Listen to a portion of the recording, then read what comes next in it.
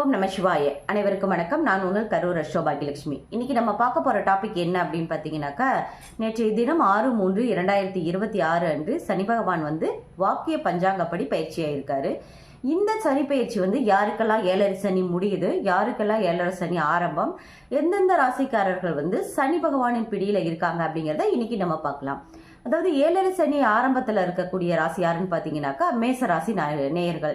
அவங்களுக்கு தான் 12ஆம் இடம் அப்படின்னு சொல்லக்கூடிய விரயஸ்தானத்தில் விரயச்சனியா வந்திருக்கிறாரு அப்படிங்கிறத மேசராசி நேயர்கள் எடுத்துக்கலாம். முழுமையா ஏழரை சனி பிடியிலேருந்து விடுபடக்கூடிய ராசி யாருன்னு பார்த்தீங்கன்னாக்கா மகர ராசி நேயர்கள் தான். அவங்களுக்கு 2ஆம் இடம்னு சொல்லக்கூடிய இடத்துல இருந்து பயிற்சியாகி 3ஆம் இடத்துக்கு போயிருக்காரு. அப்போ முழுமையா ஏழரை சனி பிடியிலேருந்து மகர ராசிக்காரர்கள் விலகிட்டாங்க அப்படிங்கிறத மகர ராசிக்காரர்கள் எடுத்துக்கலாம். அதுக்கு அடுத்தபடியா கும்ப ராசிக்காரர்களுக்கு 2ஆம் இடத்துல இருந்து பயிற்சியாகி 3ஆம் இடத்துக்கு போயிருக்காரு. மீன ராசிக்காரர்களுக்கு ஜென்ம சனியா பயிற்சியாயிருக்காரு. அப்ப ஏழரை சனி பிடியில இருக்கக்கூடிய தற்போதைய நிலையில இருக்கக்கூடியவங்க கும்பம், மீனம், மேச ராசிக்காரர்கள் ஏழரை சனி பிடியில இருக்காங்க. சிம்ம ராசிக்காரர்கள் பார்த்தீங்கன்னாக்கா அஷ்டம சனியா அவங்களுக்கு பயிற்சியாயிருக்காரு. கன்னி ராசிக்காரர்களுக்கு கண்டக சனியா பயிற்சியாயிருக்காரு. தனுசு ராசிக்காரர்களுக்கு அர்த்தாஷ்டம சனியா பயிற்சியாயிருக்காங்க.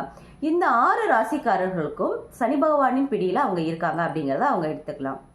இனி வரக்கூடிய நாட்கள்ல ஒவ்வொரு ராசிக்காரர்களுக்கும் அவங்களுடைய சனி பயிற்சி பலாபலன்கள் எப்படி இருக்கும் அப்படிங்கிறத தனித்தனியா ஒவ்வொரு ராசிக்கும் போடலாம். அப்போ அந்த விஷயங்களை விரிவா பார்த்துக்கலாம். நன்றி, வணக்கம்.